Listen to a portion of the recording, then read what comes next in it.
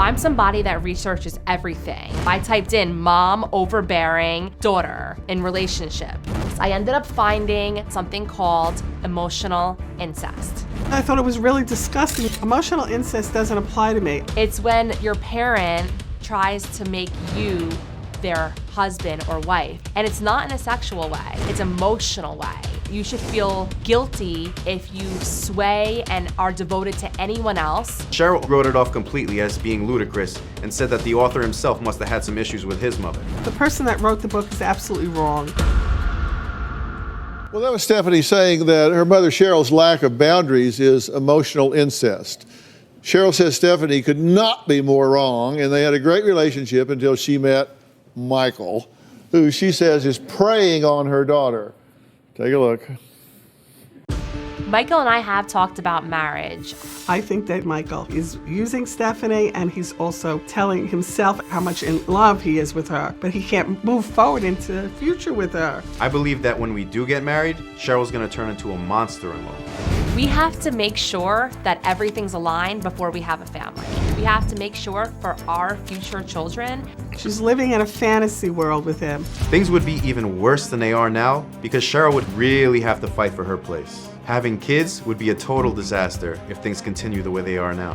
It's really devastating when you want to have a family with somebody and your mom is saying that this guy that you see as being a wonderful husband and a phenomenal father one day is going to be a bum, an alcoholic. It breaks my heart.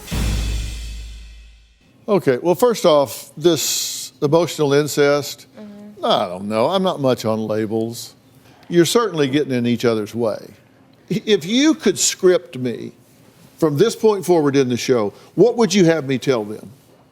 When you're living in somebody else's house and you're sleeping there, you have to follow the boundaries in which they say to you. Okay, that's communicating while they're sitting on a couch if you're coming in and going down, Right. as opposed to acting like no one's sitting on the couch. Okay, that's the first thing you'd have me tell them. Communication is very, very important to Okay. me. Number two, just one text. I'll be home at 2, I'll be home at 3, just so I know and I don't wonder. But now she's not coming home at all, so.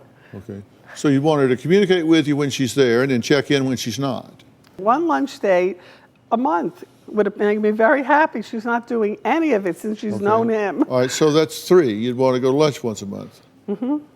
And let me know where you're sleeping. No, okay, now we got 4. You want to know where she's sleeping. I want to know where Okay. she's And everything sleeping. in between. And you say 3/4 of the time you're at his house. Now you're saying you're in the car? Could you, when you come home, take a few minutes and sit down and chat with her? Talking to her consists of her asking me a question, and then whatever answer I give is horrible. Now, if you gave her those 4 things, we wrote those things down, and everybody signed those things, and you did those 4, and then she complained, she's going to look pretty silly in front of me. I did that already. No, I'm not asking about history. I'm asking about now. The past is over. The Okay. future hasn't happened yet. The only time is Okay. right now. Don't be a yeah, but person. I hate the yeah, but people. Say, do this. Yeah, but. Do this. Well, yeah, but. Yeah, but. Yeah, but. Hell, you got to be willing to try something.